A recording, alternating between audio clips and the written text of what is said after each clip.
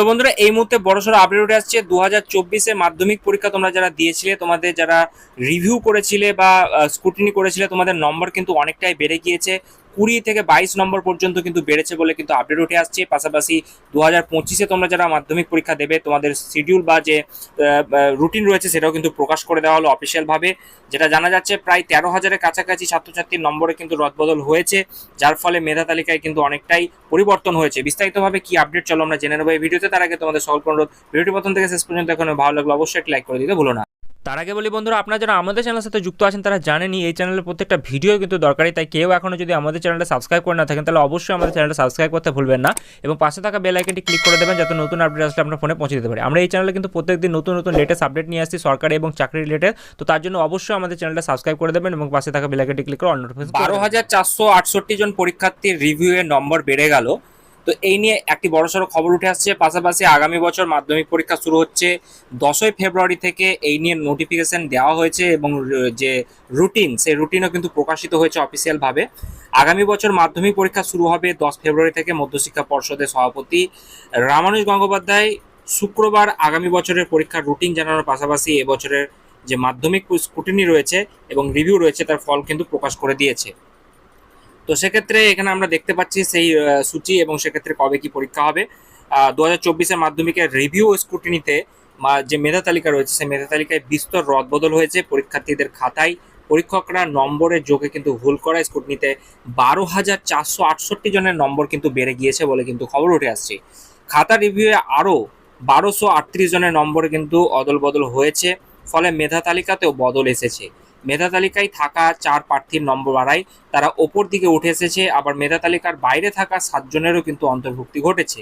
সব মিলিয়ে 57 জনের মেধা তালিকা কিন্তু বেড়েছে, যেটা বলা হচ্ছে সেটা 64 জন কিন্তু হয়ে গিয়েছে।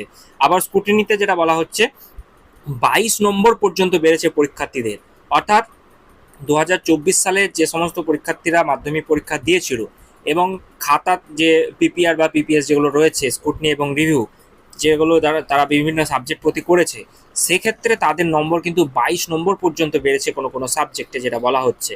রিভিউয়ের আবেদন জমা পড়েছিল 14,229টি এবং নম্বরের রদবদল হয়েছে 1238টি খাতার। শতাংশের হিসাবে সেটা বলা হচ্ছে 8.70।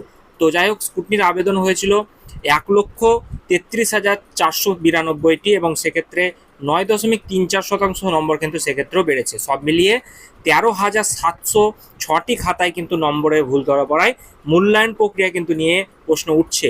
যদিও রামানুজ বলছেন যে 63 লাখের মধ্যে 12,500 খাতায় ভুল হয়েছে, এবছর নম্বর বাড়ার হার কিন্তু কমেছে। তবু যেটা বলা হচ্ছে এটা কোনোভাবেই কাম্য নয়। তার সংযোজন যেটা বলা হচ্ছে ইতিমধ্যে সংশ্লিষ্ট পরীক্ষক ও প্রধান পরীক্ষকদের ডেকে সতর্ক করা হয়েছে, কারণ পরীক্ষকরা উত্তরপত্র মূল্যায়নের পর তা আর একদল কিন্তু পরীক্ষক যারা রয়েছে তারা স্ক্রুটিনি করছেন, তারপরেও ভুল হয়ে গিয়েছে বা ভুল রয়ে গিয়েছিল। তো যাই হোক, রিভিউ রেজাল্টের ঘোষণার পর দেখা যাচ্ছে যে দক্ষিণ 24 পরগনার ওয়ালি যে গার্ডেন রয়েছে সেখানে মেধা তালিকায় 6ষ্ঠ থেকে 4র্থ স্থানে উঠে এসেছে এবং দক্ষিণ দিনাজপুরে যে যিনি রয়েছেন সেক্ষেত্রে 7ম থেকে সে কিন্তু উঠে এসেছে 5মে। ওই জেলারই আবৃত্তি ঘটক যিনি রয়েছে তিনি 7ম থেকে উঠে এসেছে 6ষ্ঠে এবং দক্ষিণ 24 পরগনায় ঋতব্রত নাথ 9ম থেকে 7মে কিন্তু উঠে এসেছে।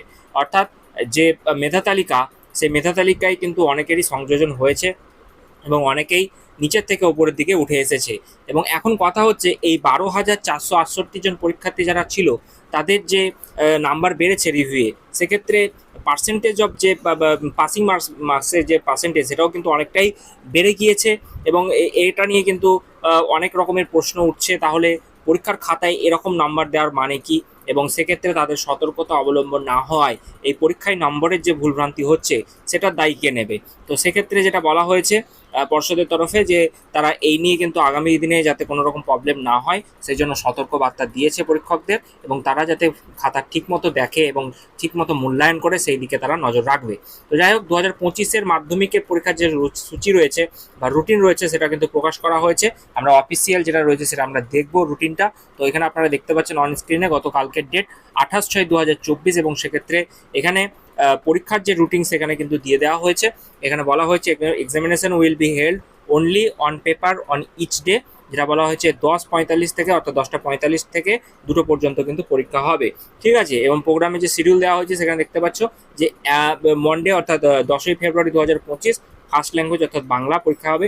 তারপরে মঙ্গলবার সেকেন্ড ল্যাঙ্গুয়েজের পরীক্ষা হবে। তারপরে বলা হয়েছে ম্যাথামেটিক্সের পরীক্ষা হবে 15 তারিখ। তারপরে বলা হয়েছে 17ই ফেব্রুয়ারি হিস্ট্রি, 18ই ফেব্রুয়ারি ভূগোল, 19 ফেব্রুয়ারি জীবনবিজ্ঞান, এবং 20 ফেব্রুয়ারি যেটা বলা হচ্ছে ফিজিক্যাল সায়েন্স অর্থাৎ জীবনবিজ্ঞান ভৌতবিজ্ঞান, এগুলো কিন্তু পরীক্ষা হবে। এবং লাস্টে যেটা বলা হচ্ছে অপশনাল যেটা রয়েছে সেটা কিন্তু 22 ফেব্রুয়ারি হয়ে যাচ্ছে।